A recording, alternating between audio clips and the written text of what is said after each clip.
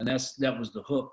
Once he got the case, he knew he could not get rid of it. And once he met the kid and his very troubled family and realized they had no one to advocate for them, Jake stepped up and took on the defense of this kid, and it goes to trial. It's a big, full-blown murder trial.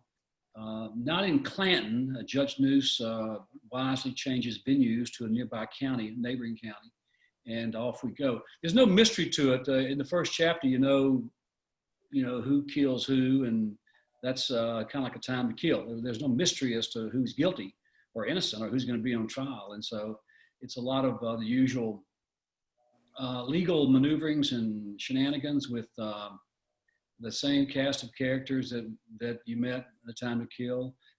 Jake's sidekick, Harry Rex, his mentor, Lucian Wilbanks, his wife, Carla, Sheriff Ozzie Walls, Judge Noose, and a lot of others. And it's fun for me to go back and revisit those people, because those are the folks I knew when I was a young lawyer in a small town in South Haven, Hernando, DeSoto County.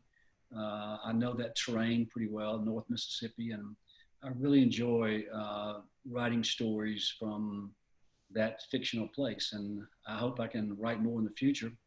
It depends on a lot of things, most importantly, a good story. Almost 25 years passed from A Time to Kill to Sycamore Road, which is 2013, and that was when Jake returned for a book.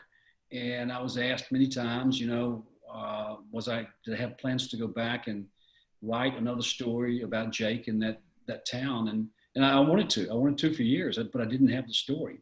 After Sycamore Road came out in 13, I was eager for a story about criminal proceedings and local flavor and color and character in Ford County, and it took a while to get A Time for Mercy. And in the future, I'm always thinking about stories that would work with those people. I can't, a small town lawyer in Mississippi is not going to have that many really big, high profile criminal cases in a career. And so I can't do it every year. But I have an idea for another one a few years down the road. Well, one of the things that happens with Jake in this story is he has another case going on, and I think there's maybe a railroad company involved, and he stands to earn a large settlement, and that kind of comes into conflict with worrying about the case for the murder trial. And was that something that you conceived on the front end, or did it come along as you were writing? Or Richard's based on a real case, based on one of my real cases. The biggest case I had as a lawyer was in 1984. It was a very similar railroad collision up in Marshall County, a rural railroad crossing in North Mississippi. This two people were killed in a terrible crash, killed instantly, and I got the case. And I was 3 years out of law school. Hal Freeland, an old buddy from around the square, they defended the case and defended it wonderfully because he was a great lawyer. And I took the case, and it was going to be, the biggest case I ever had. And we worked it up and got it ready for trial. And in July of 1985, I was 30 years old, and we tried the case in Oxford in federal court. And so there were a lot of stories about that. I use that story because when we meet Jake in A Time for Mercy, it's 5 years after A Time to Kill, and he hoped that big trial, he made no money off the defense of Carl Lee Haley. He was dreaming that trial would kind of put him on the map as a big-time trial lawyer. That's what he was dreaming of becoming. He wanted big courtroom cases. He wanted, big client civil cases, big fees. That's what I was dreaming of when I was starving back in 1985 when I started writing the book. In 1990, we see him with A Time to Mercy. He's still struggling, trying to pay the bills and get ahead. He's got this railroad case that he is convinced is going to be his biggest payday ever. And he wants to go to trial. He wants a big verdict. He wants to try the case in his home courtroom in Clanton. He's very ambitious, and he's got a good case.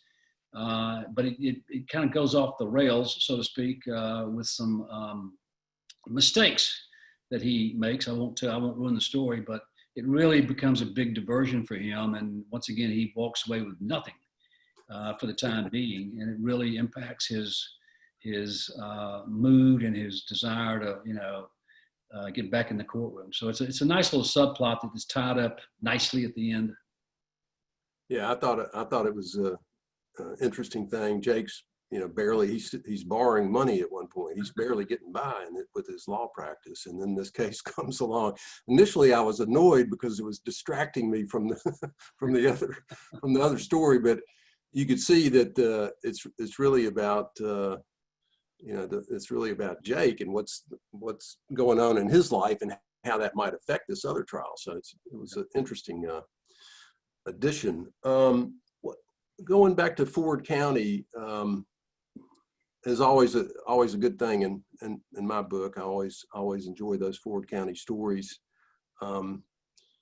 and you feel like you can pretty much go there whenever you want, or just as a story develops, or how do you decide where you're going to go with the? Well, you look where I go with the next book is, I'm always looking for ideas and taking notes and clipping newspaper articles and reading books about the issues I write about, the criminal justice system, the problems, the penal system, all the problems we have in criminal justice and injustice, and there are a lot of them. So there are a lot of stories to explore, a lot of issues. I've done wrongful convictions and death penalty and mass incarceration and sentencing disparities and on and on and on. I've written about all those issues, and so I have a list of potential stories, potential issues I may want to get to eventually.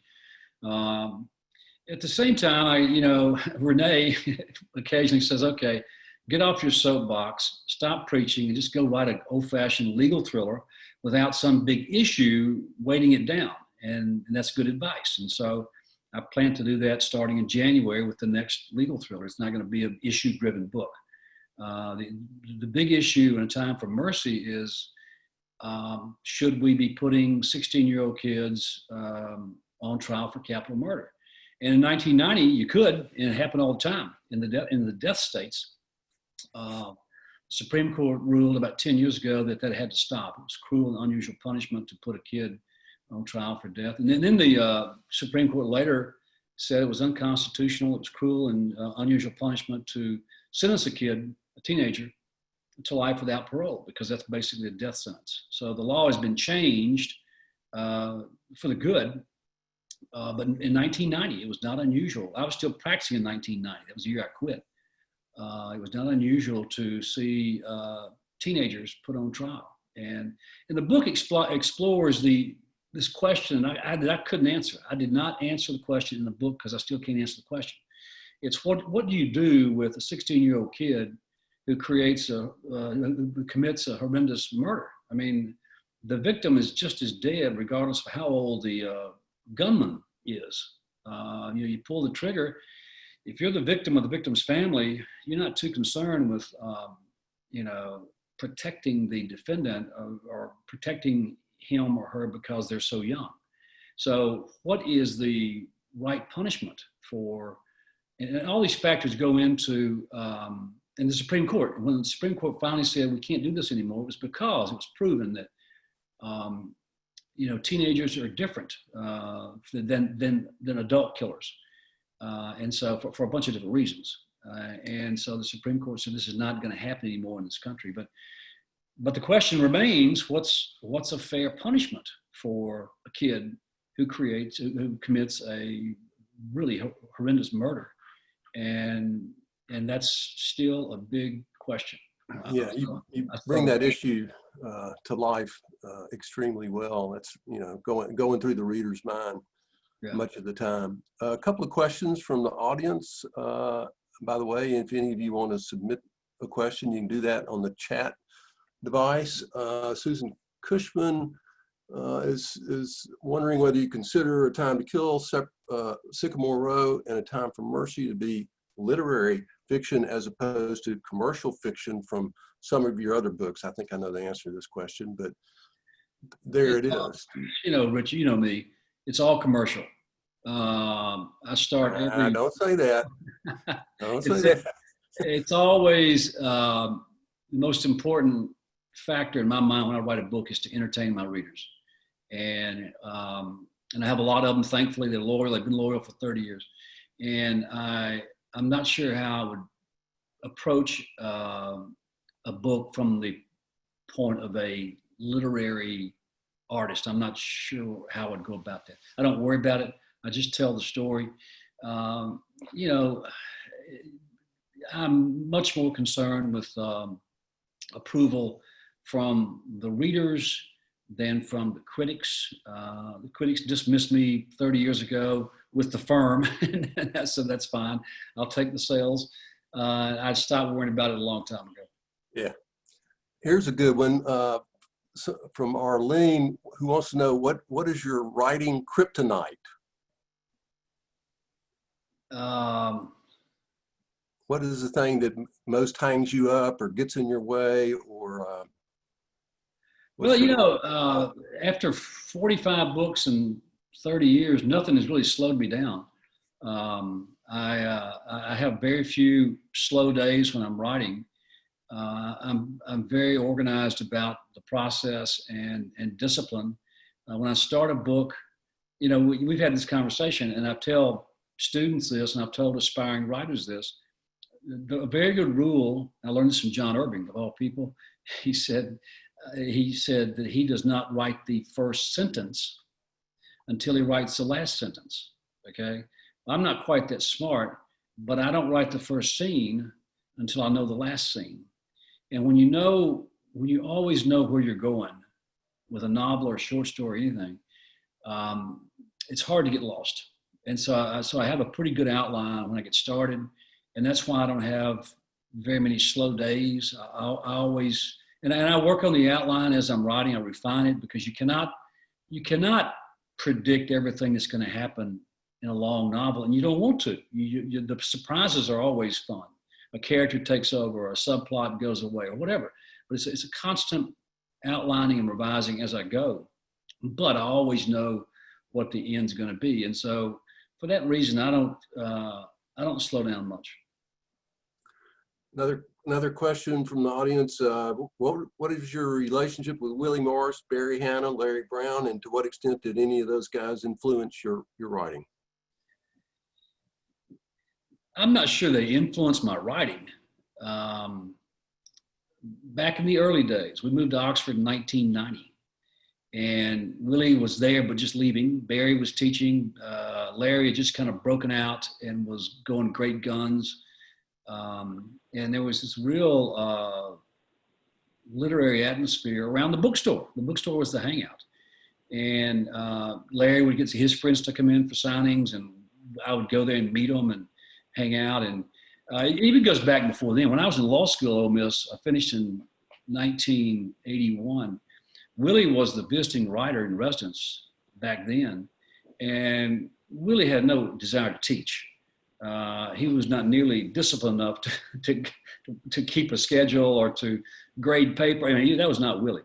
Willie's idea of teaching was to get all of his buddies from New York to come down and spend a long weekend with him, or a week, and hang out and party and maybe give a speech or two, or a seminar, whatever. And so we had this law professor who loved books, and he would give us extra credit to go listen to the likes of William Styron, Robert Penn Warren, George Plimpton, Truman Capote, David Halberstam. Willie got all of his buddies to come down over the 3-year period I was in law school. James Dickey, and our favorite watering hole was the old warehouse. That was a law school hangout. It was right down the street from my apartment. And we went there every night for a few beers before bed. And we'd be in there a lot of times late at night when Willie would roll in with a gang of, his sidekicks and these writers, these great writers. And it was a wonderful literary atmosphere. It was right before Square. What was the first year of Square Books? 79. 7. Okay. So you were still, you were there then. But it was it was that type of a literary haunt. I was happy to be watching from a distance. I never dreamed I would be in the middle of it. But then a few years passed, and we moved to Oxford in 1990, and I got to know Willie and Barry and Larry pretty well, and it was great memories. Rick Cleveland is watching. He's asked, has COVID-19 influenced your writing or given you any ideas? Or? Hello, Rick. Great to hear from you, buddy. I hope you're doing well. I hadn't seen you in a long time. COVID has not given me any ideas yet. What it has done is kept me at home. I can't go anywhere. And so I have little to do but write and read. So I've done a lot of reading and caught up on a lot of good stuff. And also the writing. I mean, A Time for Mercy is my thickest novel so far because I had too much time to write it. I always start in January, and I do a lot of writing January, February, March. Those are great months to write. And usually, start getting out in April and whatever. This year, COVID hit the middle of March, and I couldn't go anywhere. And so I've, Richard, you mentioned the subplot with the railroad collision. I wasn't sure I was going to include that. I really enjoyed the story, side story. But suddenly I had far too much time on my hands, and I could include anything. And I probably included too much. But that was one way that COVID impacted me. At times, even still, it's distracting. I think we're over the initial fear of it all, and we've kind of settled into this attitude that we can live with it, which I'm not sure we can. And so many people, have kind of taken the precautions away. And as we've seen, this thing is not going to go away until we get more serious about it. But it's a big distraction, and that with the political race and politics and all the issues we have there, it's at times it's distracting. At times it's also very, what's the right word? There's a lot of security in being able to go to my office at 7 o'clock in the morning and shut the door and go into another world, just go into some place I've created, some fictional place, and tell a story and not deal with the outside world for a few hours. That's what writers do anyway. How do you select the names of your characters? Someone wants to know. It's tough. It gets harder with each book. Each big novel has about 200 names. So think about that. And I've written 40 of them, whatever the number is.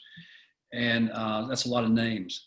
And with names, you have to choose names that are a bit, not exotic, but unusual, so that they will stick out, so the reader will remember that name as opposed to, Bill Smith or Dan Green or whatever, your common names. At the same time, you can't get too exotic or ethnic because you got to be able to pronounce the name. And so there's this constant battle. I use obituaries. I use baseball box scores. I use, we go to a lot of UVA football games here in Charlottesville. And a few years back, we played Wake Forest. I took the game program home, and there was a roster, 100 kids on each team. And so I mixed and matched the UVA players with the Wake Forest players and scrambled up all the names and got through a whole book that way. But I'm always looking for places and I'll write names down. If I see a great name, I'll write it down. You always want something that's a bit unusual, but it's a struggle. I recommend the obituaries in the Northeast Mississippi Daily Journal. I love obituaries. Someone wants to know, do you have one person that you give your book to read? Do you have a reader for an opinion before you submit for publication? And if you do, I think I know the answer to this question. Do you do that chapter by chapter or wait until you finish the whole book? It goes back to before I start writing the book. In the past month, I have given my wife, Renee, a one-page summary of a nonfiction book that I really wanted to write and still may, although I doubt it. And she did not like the idea. And so we discussed it for a couple of days. And I've learned over the years, if I have to keep not arguing with her, but have to keep prompting her, it's probably not going to work. And then last week, I gave her a one-page summary of the next legal thriller in January. I'll start in January. And she liked the idea. And so I'm off and running. And then once I start writing it, I'll get about halfway through, about 200 pages of manuscript, and get her to read that. And she gives it a good read. She reads with a big, thick red pen that she loves to use to mark up the pages and make all kinds of, pissy little comments that infuriate me. But that's the process. You mentioned chapter by chapter. At the very end, we're getting close to the ending. I'm usually, pushing to finish, and it gets down to a chapter by chapter reading by Renee. Then I take her input, her notes, and she's been doing this for a long time. She has a very good eye, especially when it comes to the female characters, because she has always said my female characters really suck, and so I'm trying to do better. She'll comment on those. I'll clean that up, and that's a pretty good draft, and I'll send that to my agent, David Gernert, who was my first editor at Double A 30 years ago. And he goes through with what we just call a line edit, which is page by page, 1,000 corrections or changes. So, and then once that's done, I clean that up and we submit to Doubleday, and they're off and running. I think this is coming from somebody who works at Square Books. To me, Richard, be sure to tell people they can order a signed copy at Square Books. Go to squarebooks.com. Okay, so there's that plug. A lot of your novels in the past few years been based in Florida. Any particular reason? None whatsoever. We have a house on Amelia Island, which is north of Jacksonville, that we've been we've been vacationing there for 25 years. And that's our little spot to go get away. It's on the beach, and the town of Fernina Beach is a really cool little place with Victorian homes and a real downtown, good bookstores and coffee shops and restaurants. And so it's a nice little tourist place to hang out. And so we've been going there. And I wrote a book called The Guardians a couple years ago, set that in Florida. Really can't tell you why. So a lot of my books can be set anywhere because there are, legal issues in every state. And the book I'm going to write in January, it takes place in North Florida. So, but again, there's no real reason for that. Your book, A Time to Kill, inspired me to become a lawyer. Why did you do that to me? How did you discover writing as a way out, and any advice on how to follow your lead? Yeah, it's a serious question because I was looking for a way out. I practiced law for about 5 years in DeSoto County, and struggling, not really going anywhere. There's so many lawyers in a small town. Walk around the square in Oxford, as we used to do, and count the lawyers. It's because it's a county seat. Law school is there, and also a federal court. There's just a lot of lawyers, and you wonder how these guys survive. And I was kind of in that mindset in the mid 1980s. I've gone to law school. I don't really enjoy what I'm doing. Trying to pay the bills and meet the overhead and trying to get decent cases. And then once I started writing A Time to Kill, I got the dream of writing full time, which seemed absolutely unobtainable. It was nothing but a dream with the first book. And I kept plugging away and finished the first book and finished the second book, and then everything changed. But I have no advice on, first of all, I'm sorry the book inspired you to go to law school. I've heard that many times over the years, and I always say, why? How did that inspire you? Jake for the defense of Carl Lee Haley in A Time to Kill, he was paid $900 They burned down his house and tried to kill him. And, why would that? So I don't know. I'm not sure I'm not sure I would advise anybody to go to law school these days, unless you want to be a public interest lawyer, because those are about the only happy ones you meet. Someone asks, with all your legal and literary success, what do you consider your greatest accomplishment?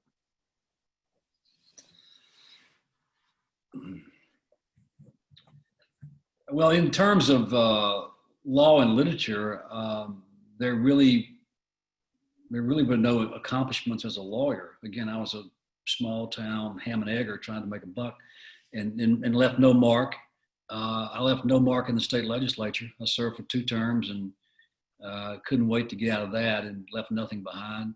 You'd have to dust the Capitol for fingerprints to find any trace of me being around down there for 2 terms. I guess with literature, I don't see it as an accomplishment. I'm very pleased that the books entertain. I'm very pleased that the books. Oh, here's a good answer. When a book takes on an issue, whether it's homelessness or environmental destruction or wrongful convictions or death penalty or any number of issues I've written about, when I can take an issue and weave a legal thriller around it and raise awareness, and I hear that from people they were not aware of a certain problem until they read a legal thriller of mine. And to me, that's an accomplishment, is to inspire people to learn more about whatever the issues are and maybe to get involved. Here's just a thank you note from someone who met you in the Grove and mentioned to you that he hadn't read a novel since high school, but that he then read all 3 of your first books, and he's been reading all ever since. Just thanks. Thank you. That's very nice. Someone else at Square Books is saying that I noticed behind you, Richard, there are copies of some of John's other books. Are they signed? And can people get those signed books from Square Books? And yes, then you can. The answer is yes. That's the same employee, Richard, who is really worried about selling books. I think Lynn's watching me. Yeah. Since you moved to Virginia, how would you describe your relationship with Mississippi? Do you still consider yourself a Mississippian? I will always consider myself a Mississippian, even though I was born in Arkansas. I lived the first 10 years there. When I was 11, we moved to Ripley, Mississippi, where we lived for 1 year. And when I was 12, we moved to South Haven, Mississippi, where I lived for the next 25 years. I grew up there. I went to high school there. I married a girl from South Haven. We settled there after we were married. I practiced law there for 10 years. DeSoto County elected me twice to the state legislature. And that's still my home base. That in Oxford, we got married in Oxford in 1981, and always dreamed of moving back. And finally in 1990, we were able to do that. And we thought we were going to be there forever. We built our dream house. And from 1991 to 1994, life got real crazy. The books were coming out. And the first wave of movies came out. The movies of The Firm, The Pelican Brief, and The Client all came out in the span of 12 months, from the summer of 93 to the summer of 94. And then at the same time, A Time to Kill had been discovered as a book. It was #1. The Firm, Pelican Brief, those books are all at the top of the list. And our world was kind of turned upside down. And we really value our privacy, and we felt like we were losing some of it. And we just sort of on a lark, we said, let's just get away for a year. Let's just go somewhere where nobody knows us, or someplace we can hide, and just regroup a little bit and chill out. And we found this old farmhouse, a renovated farmhouse about 10 miles south of Charlottesville. And we bought it on a whim and decided to move there for 1 year because we didn't know anybody. We didn't know anybody in this area. And that's what we wanted. And after the first year, we almost moved back. The kids wanted to. We said, let's try it 1 more year. And so, as you know, as life goes, one year became 2 and 3 and 4. Now it's been 26. And it's just a very, it's a great place to live. And we've stayed here. We still have lots of friends back in Mississippi. We keep in touch with them. We meddle in politics. I talked to Mike Espy on Saturday. I talked to Bobby Moak, former chair of the state party, almost every day. And so Renee's parents are still in South Haven. My parents have passed away now, but we still have kinfolks in the area. So yeah, it'll always be home, and we still look back on our Oxford days with a great deal of fondness and keep in touch with some people there. I know you've got some more events today. You got them kind of stacked up in a row, so I think we're going to let you go, give you a break. But I just want to say thank you so much for joining us today, and thank you for a time for Mercy and all the others. My pleasure, Richard. It's always fun. Great seeing you guys again. Good to see you. Take care. All right, you too.